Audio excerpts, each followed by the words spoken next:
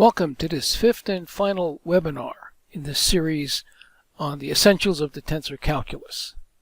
Let's begin part 5 with a quick review of what transpired in parts 1 through 4, recalling that now we are about to finish the final third of our agenda. We're ready to obtain the object called the covariant derivative. So let's take this quick review.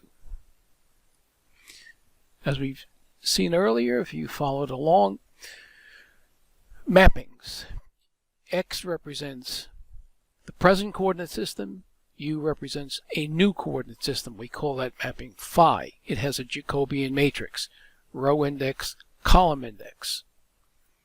The inverse transformation has as the known the new coordinates.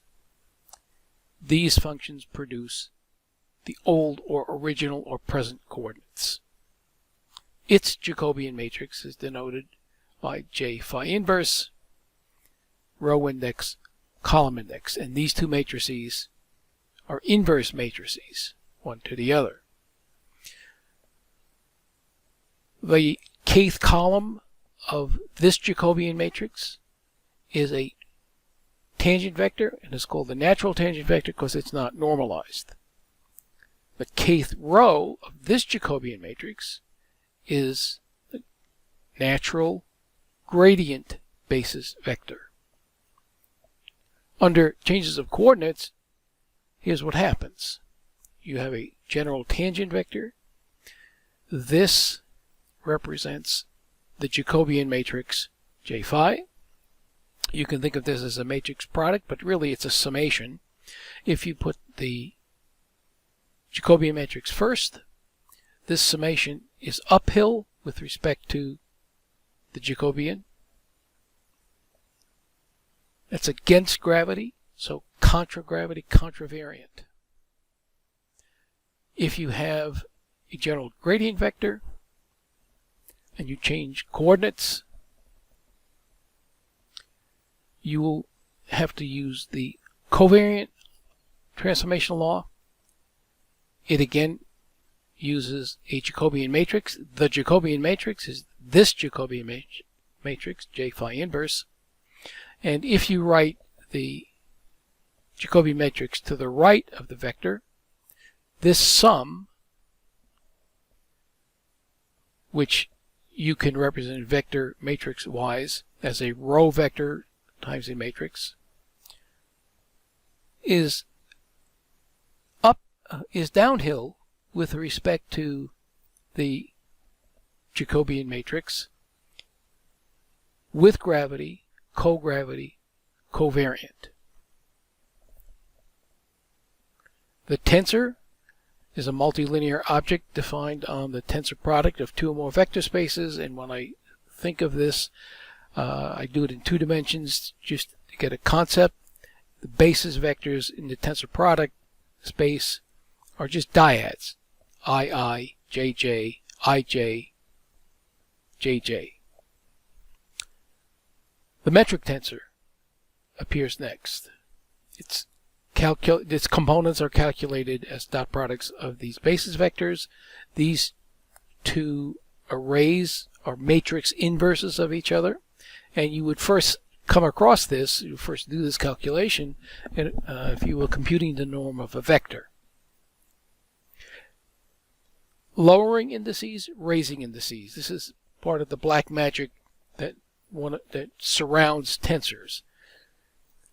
This calculation of lowering indices via the use of this metric tensor represents a change of basis from tangent vectors to gradient vectors, and if you actually went through and did that change of basis, you would find out you were using as the transition matrix the metric tensor. Raising indices, similarly, it's a transition from gradient vectors to tangent vectors as bases. Derivative of a basis vector on a manifold turns out can be expressed as a linear combination of the basis vectors themselves. There's this issue about the connection coefficients. The coefficients in these linear combinations are called Christoffel symbols. So the Christoffel symbols arise as coefficients in linear combinations of basis vectors that in turn arise because you've differentiated the basis vector on a manifold, where as you move from point to point, the orientation of the vectors changes. So we've marshaled almost all of the information that we need to talk about the covariant derivative, which is this coordinate-free derivative on a manifold. And I'm going to sneak up on it from a path that begins back in multivariate calculus, directional derivative. So recall what you learned about a directional derivative. You have a scalar function. Think of it as temperature in a room. You sit at a point and you would like to know how the temperature changes depending on which way you look. So it's going to be, this rate of change is going to be dependent on the direction in which you look. So you use, to specify a direction, a unit vector. So u is a unit vector in the direction in which you'd like to find out some information about the change in this temperature field. So use a straight line. You sit at x.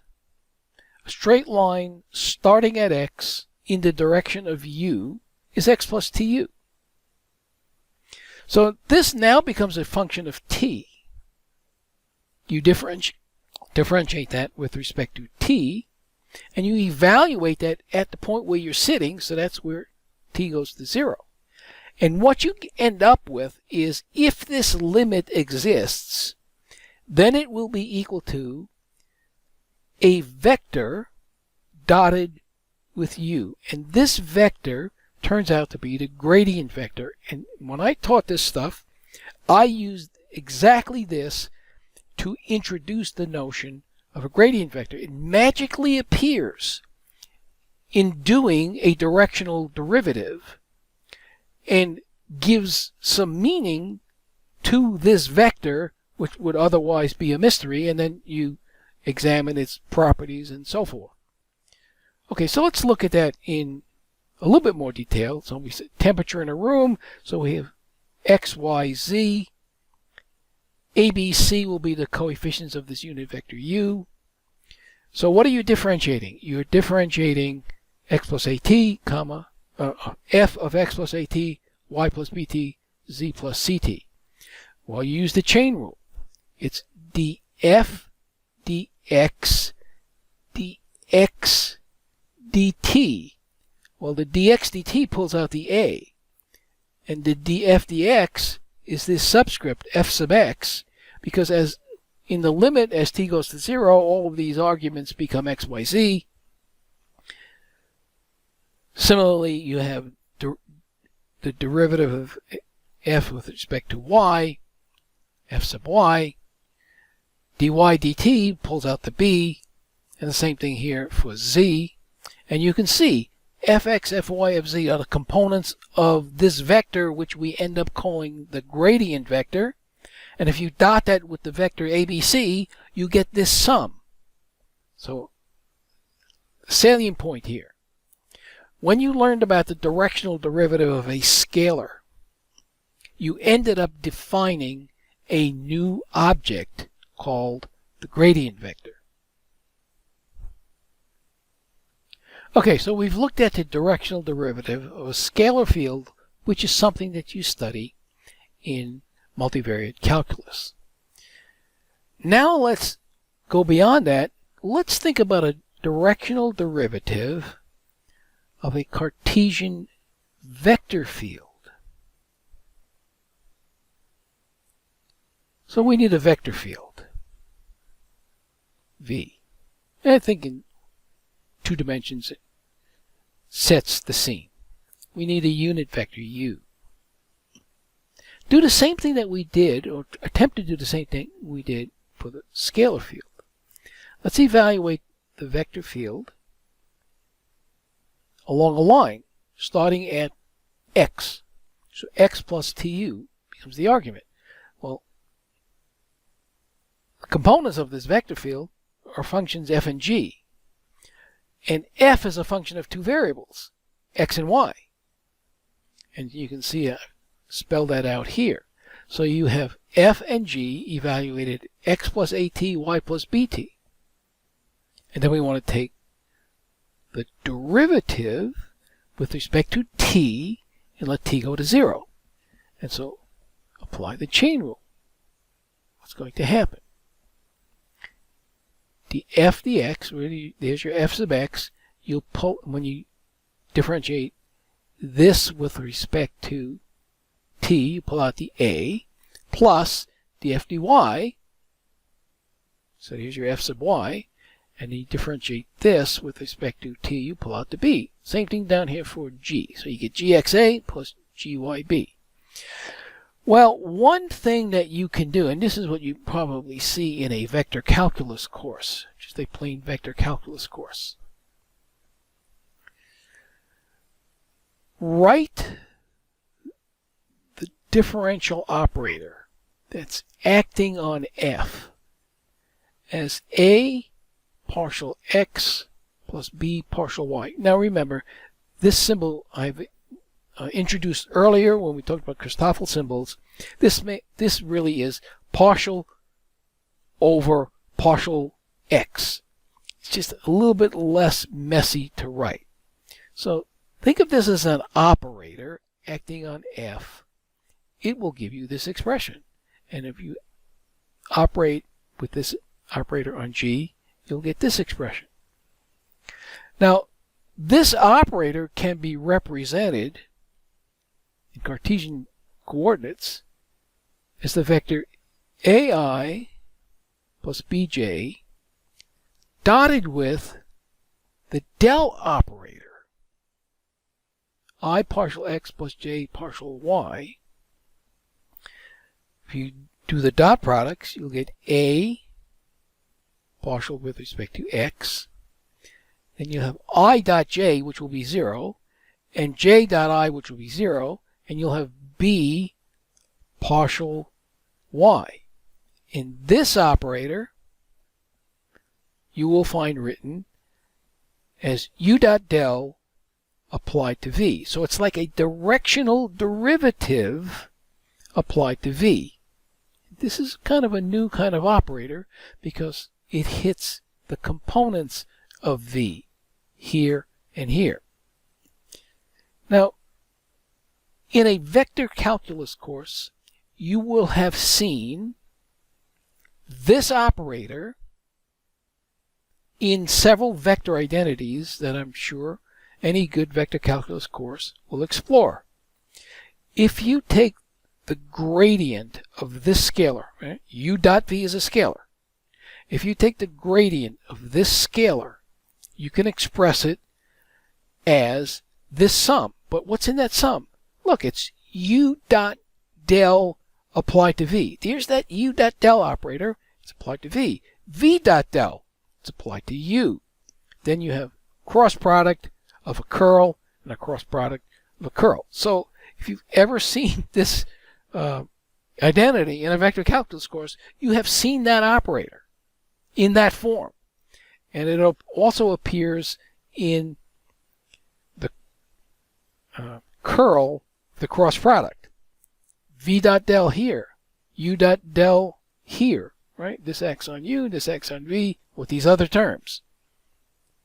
Okay, so moral of the story here is when you try to extend this notion of a directional derivative past a scalar field into a Cartesian vector field, you have new objects. You end up defining new objects.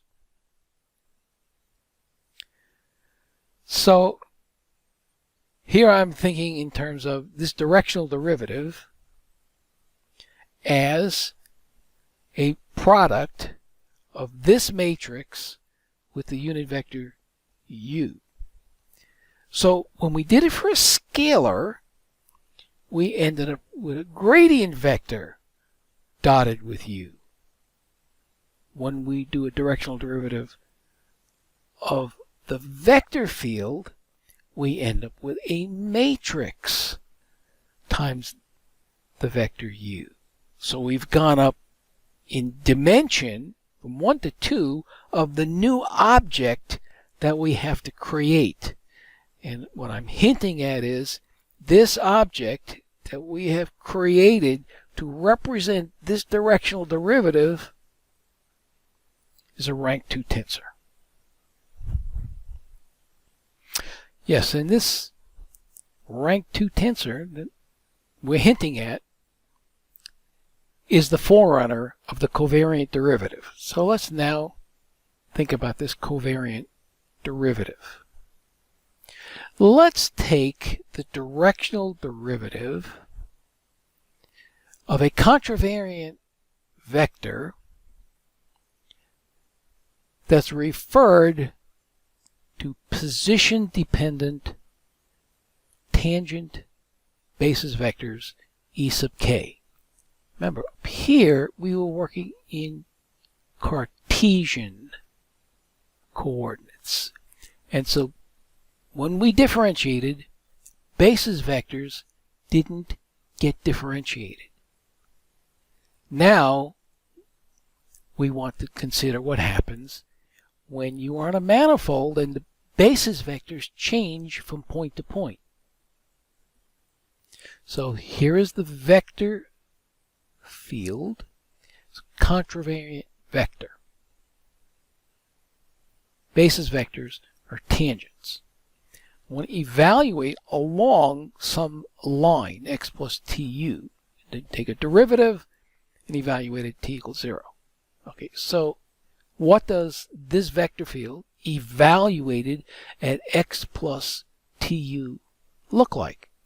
The coefficient is evaluated along that line, and the basis vector has to be evaluated along that line because the basis vectors now on the manifold change from point to point.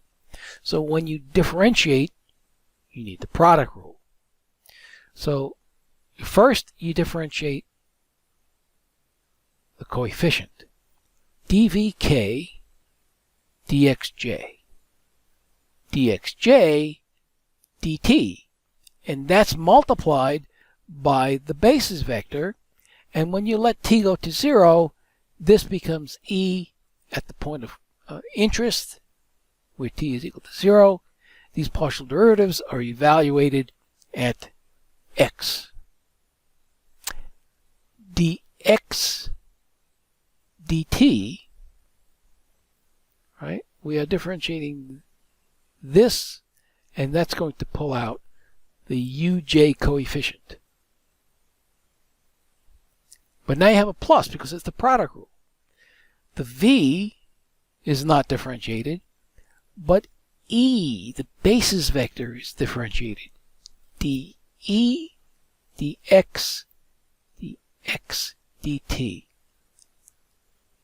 Now you understand why we want Christoffel symbols to tell us how to represent derivatives of basis vectors. That's the whole notion behind this connection coefficient stuff. How do you compare two neighboring tangent spaces so that you can subtract to form a derivative? Christoffel symbols, connection coefficient. All right, this I will replace with uj. This I will replace with uj. I'm going to factor out the uj. Now, these derivatives are linear combinations of the basis vectors themselves if I use the Christoffel symbols. So this derivative is now replaced with this sum. Remember, this is the Einstein summation convention. This is a sum.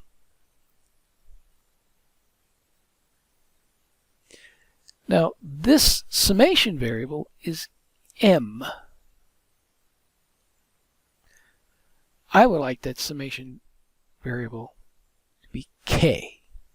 So I'll change this m and this m to a k, but k is already spoken for. So I've got to change this k to something else. I change it to an I. And that's all I've done, just notation. So now I have an ek over here and an ek over here, and I pull that out. And this collection of terms is my rank 2 tensor that I call the covariant derivative. And it has various notations. Del J VK is one notation. Another notation uses this comma. I'm differentiating with respect to the jth coordinate. And this is the unit vector, and this is the basis vector. That's where the covariant derivative comes from. That's what it looks like. That's the typical notation for expressing it. Now, there are a number of formulas for computing covariant derivatives of different objects and objects that are related or can be expressed in terms of covariant derivative. So what we just saw was how to take the covariant derivative of a contravariant vector. That's this result. We just did that. But if you want to take the covariant derivative of a covariant vector, remember, you can simply make use of the known Christoffel symbols, put a minus sign. So if you went through the calculation that we just went through for a covariant vector, at the point at which you had to introduce something for the derivative of the gradient vector, these would appear, negative of the Christoffel symbols. And here is the notation, the del sub j, it's acting on v sub k. And it turns out, this is one of the results that you would see in a tensor calculus course, the covariant derivative of the metric tensor is 0. So the metric tensor is a constant with respect to covariant differentiation. It's symbol pushing. You go back to what's in here. It's dot products of basis vectors, and those are derivatives, and you got derivatives here. It works out. If you take the covariant derivative of a mixed tensor, one that has contravariant covariant components, then you take the partial with respect to the variables, that's this term, and for each index, you have the appropriate Christoffel symbol showing up, plus, minus, minus. So that would be how you would take the covariant derivative of a mixed tensor. The gradient vector. All right. If you take the covariant derivative of a scalar, it turns out to be nothing more than just the gradient vector. And in natural basis vectors, the gradient vector is just the derivatives with respect to the variables. There are no scale factors. Now, other operators that you find in vector calculus, divergence and Laplacian, can be expressed in terms of the covariant derivative. If you introduce this symbol, G is the determinant of the metric tensor, and the square root of G is what appears here and here. And it also appears in this formula for the generalization of the Laplacian. You see covariant derivative twice on this scalar, summed with Gij upper, and that is expressible as these partial derivatives of this product, and you see here you have Gij, the metric tensor, and here you have the square root of the determinant of the metric tensor. So these are the things that you would find discussed in a text or course on tensor calculus. Do not let this stuff overwhelm you. There's no reason for that. I would like to do another example. So here I'm going to compute the gradient of a scalar in polar coordinates. Let's get the solution via the student vector calculus package. Vector calculus, gradient, and polar coordinates. And you see a partial derivative basis vector. This is a unit basis vector because Maple uses unit basis vectors. And here you have a partial derivative divided by r in a unit basis vector. This 1 over r is actually a scale factor. So here are the unit basis vectors that Maple is using.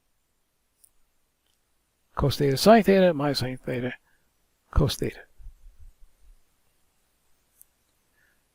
These components, df dr, df d theta over r, are the physical components because Maple uses, in most texts at this level, at the vector calculus, multivariate calculus level, use unit basis vectors.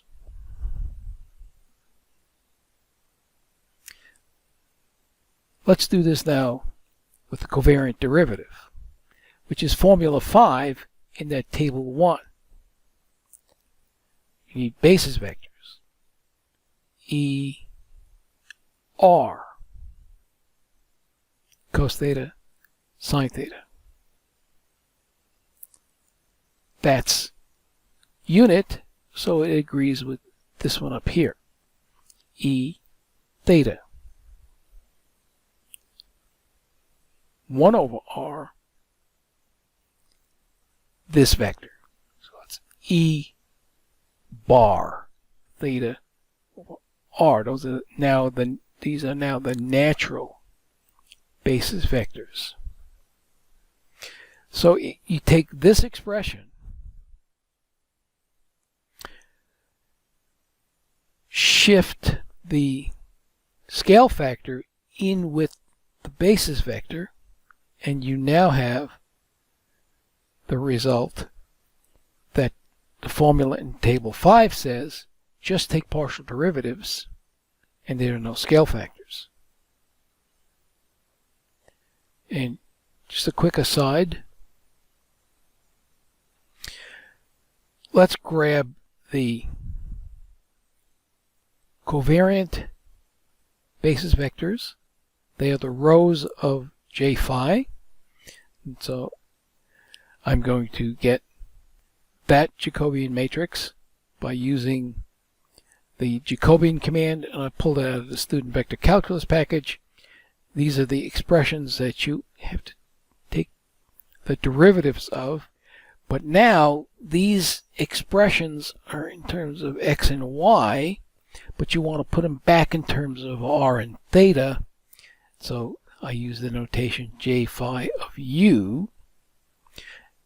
And this need to change variables is avoided if we use the trick of computing j phi inverse and inverting that matrix, right?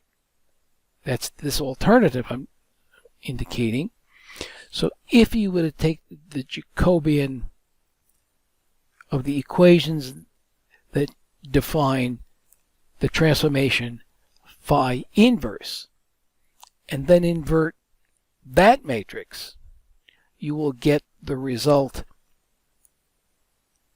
Jacobian matrix of the transformation phi in terms of variables in the new system U, and I think it's easier to do it that way than to do it this way, because many coordinate systems, when you try to invert the coordinates, they don't have nice expressions like this. They have messy expressions, and it's hard to get. So now I want to obtain, in this example 6, covariant derivative of a contravariant vector, and I want to do it using the tools of the differential geometry package. So we have a vector v, which will be a contravariant vector. Its components will be f and h, functions of coordinate variables u and v. I'm using f and h rather than f and g because g usually stands for the metric tensor, and so I don't want to have that conflict. The coordinate system that we'll use is the one that we've played with before, experimented with before in these other examples. And not only do I want to obtain the covariant derivative of v, I want to get the directional derivative of v in the direction of v. So we will need the Christoffel symbols, and we have done this calculation earlier. In the differential geometry package, the sub-package is the tensor package, sub-package. This preferences option here means that we don't see a little prompt. We begin by forming a space, a Euclidean space E with coordinate variables x and y, and the metric tensor for that space, notice this eval dg command is special to differential geometry, evaluate in the differential geometry package. This expression, well, dx dx and dy dy, this is the tensor indicator here, this ampersand t. These are the non-zero components, so it's 1, 0, 0, 1 as the basis for the quadratic form that G actually is. X and Y define the new coordinates, u, v for x, and x squared minus u squared minus v squared for y. Okay, this setup command says we're creating a space whose name is M and whose coordinate variables are u and v. T is a transform that will transform from Euclidean space to this new space M, and we use that transform to pull back this basic metric tensor to a metric tensor appropriate to the space M, and then we compute the Christoffel symbols in that space M. And a reminder, this is what the Christoffel symbols look like. These we have calculated before. Now I make a couple of notational changes here so that instead of seeing the arguments of these functions f and h, we just see the letters f and h. It saves space on the screen, and this setting in the typesetting package means that partial derivatives are displayed as subscripts. So here we define the contravariant vector v, again eval dg. This indicates an upper script. This indicates an upper script, so the components of the vector are f and h, and those components have an upper script, which makes it a contravariant vector. This is what the display will look like. Okay, so now we take the covariant derivative. So there's a covariant derivative command. You give it the thing you want to take the derivative of, and you need to remind the command that it knows the Christoffel symbols, which are hiding in this name C. Well, this is the return. These are the components. 1, 2, 3, and 4. This indicates an upper script. This indicates a subscript. Not as easy to read as this display. Convert this expression to a differential geometry array. And so it's a 2 by 2 array. You can see 1, 2, 3, 4. And to interpret the covariant derivative, let's use the following information, which we've lined up here. This is what we want to interpret. You want to see this thing as having taken place to generate this information. So in this array, we've called the terms TA11, 12, 21, 22. And they are these components of the covariant derivative. 1, 1, 2, 1, 1, 2, 2, 2. And remember, we've done this before. We've let the sum of u squared and v squared be called lambda. And here is a compressed version of the Christoffel symbols in case you want to look back and refer to them. So this is what we're trying to interpret. This is what Maple produced. And we want to see this as being the fulfillment of this formula. So in this corner, we are looking at del 1 on v1, which means the partial derivative of the first component, that would be f, with respect to the first variable, which would be u, that's this term, df du. And there are two Christoffel symbols that show up, gamma 1, 1, 2, and 1, 2, 1. The sum is on this first, the lower indices. So this is f, and this is h. So here's a term with an f, and here's a term with an h. So gamma 1, 1, 1, now you look over here, it's u over lambda. There's the u over lambda. And 1, 2, 1, which is here. It's v over lambda. There's your v over lambda with h. Del 2 on v1. So again, v1 is f. And the derivative is with respect to the second variable, which would, in our notation, would be v. So here is the derivative of f with respect to v. And two Christoffel symbols. The sum is on this first index, lower index, 1, 1, 2, 2. So this is f. Where is there a gamma 1, 2? V over lambda. There's a v over lambda with f. And here's h. What is the gamma 1, 2, 2? That's minus u over lambda. So here is your minus u over lambda.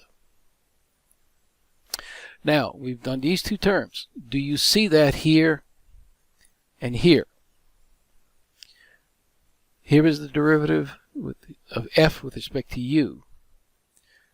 There is a multiplier of f. It's u over lambda. This is u over lambda. And v over lambda with h, v over lambda with h. Let's look at this term.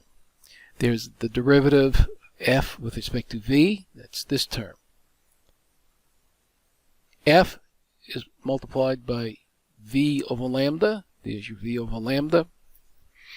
H is multiplied by minus u over lambda, minus u over lambda. You want to keep going, then you turn down here. Del 1, that's partial with respect to u on h.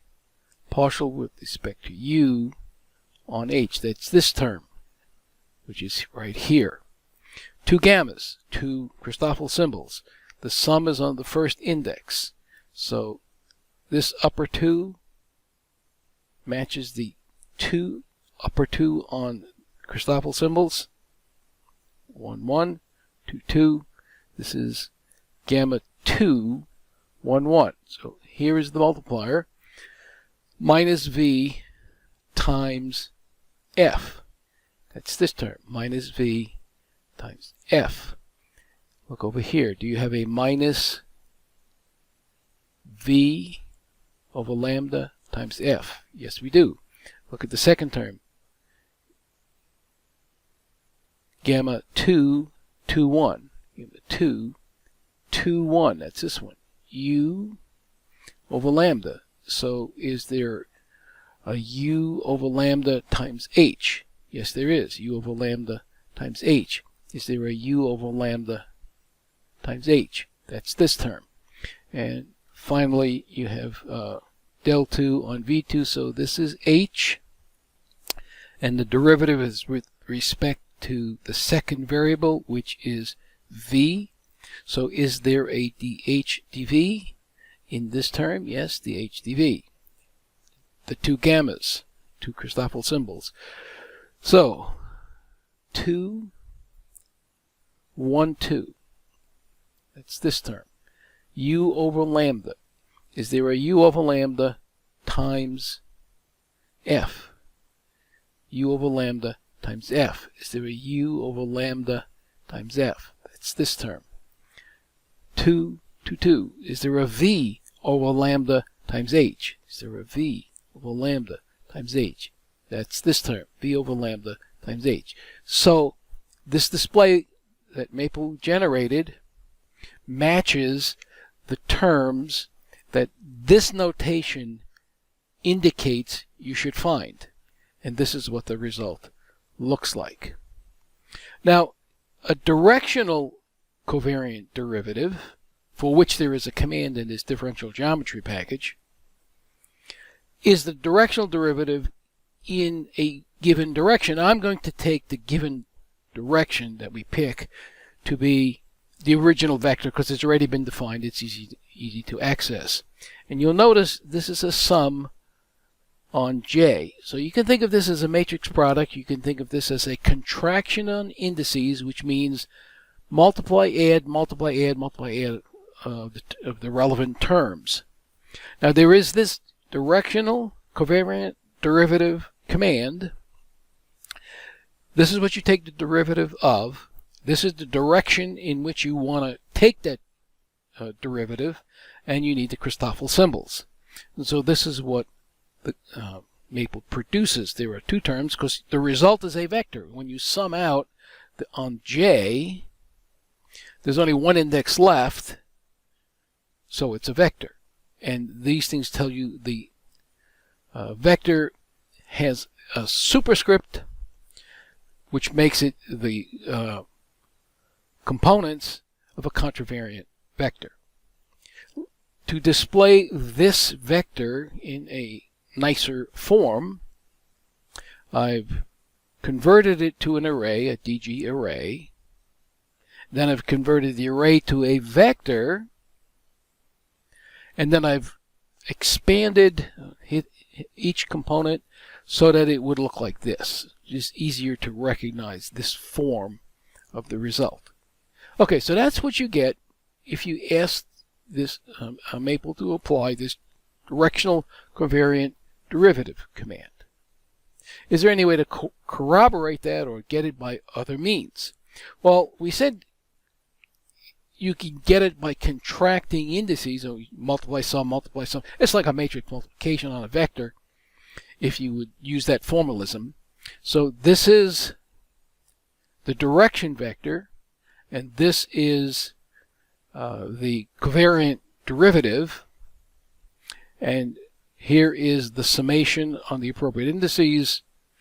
This tells you which indices, one lower, one upper. Convert it to an array, convert the array to a vector, and then hit it with an expand, and if you scan your eye across these two results, they agree. They are the same. And in this computation, we treat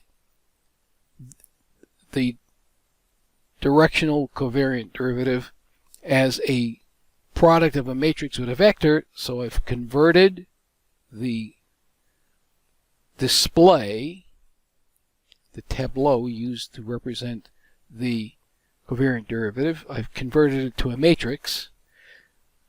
Dot product with the vector v, and then hit it with an expand so that these terms would definitely look like these terms. So here is an environment in Maple where you have a set of tools that you can use to do these otherwise formidable computations. Now I would like to do that same set of calculations, but in the physics package, so that you can see the difference between the use of the two packages. So we have a contravariant vector, v. Its components are again f and h. Same coordinate system, x equals uv, y equals u squared minus v squared. So we'll get the covariant derivative, and then the directional derivative of v in the direction of v itself, and we'll use the physics package. Some of this we've seen already. Some of these calculations we've seen already. Here's the physics package. You set up a coordinate system for the Euclidean space, and you get the Euclidean metric. This is the transformation of coordinates, and you transform to get the new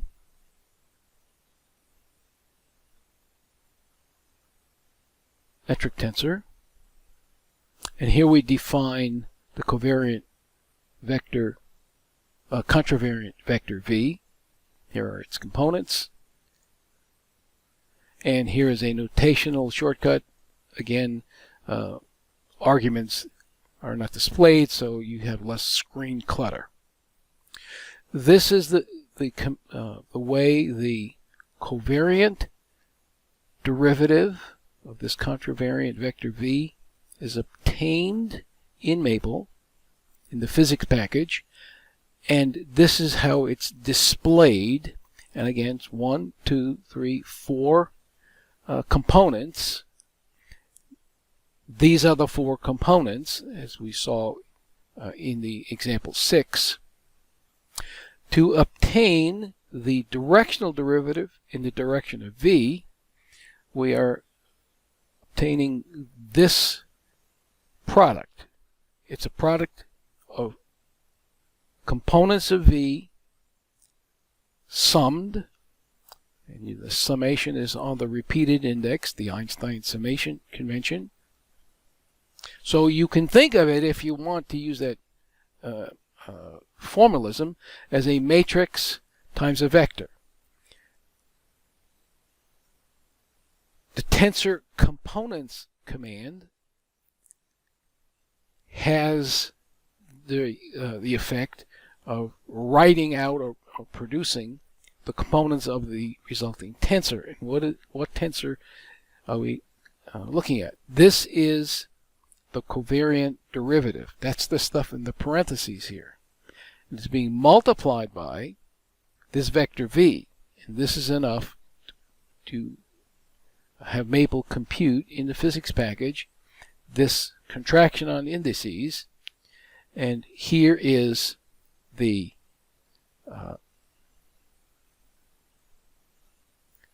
resulting expression for this directional derivative.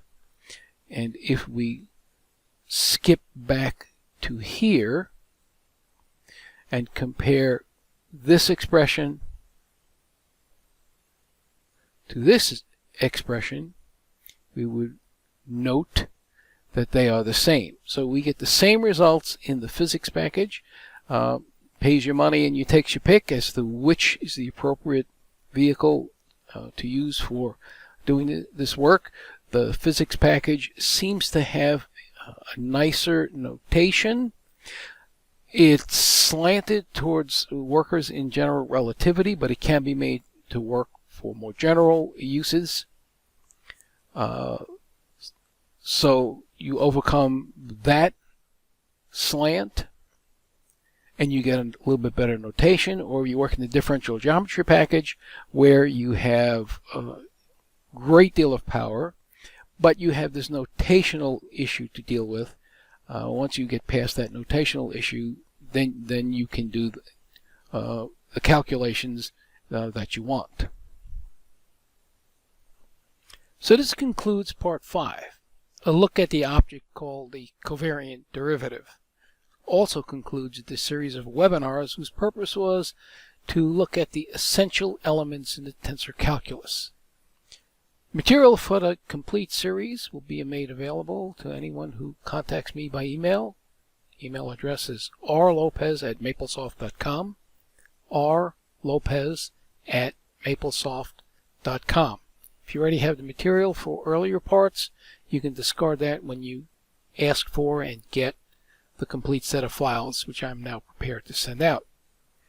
And I hope I've shed some light on what appeared to me at first, some 50 years ago as a graduate student, as less than transparent.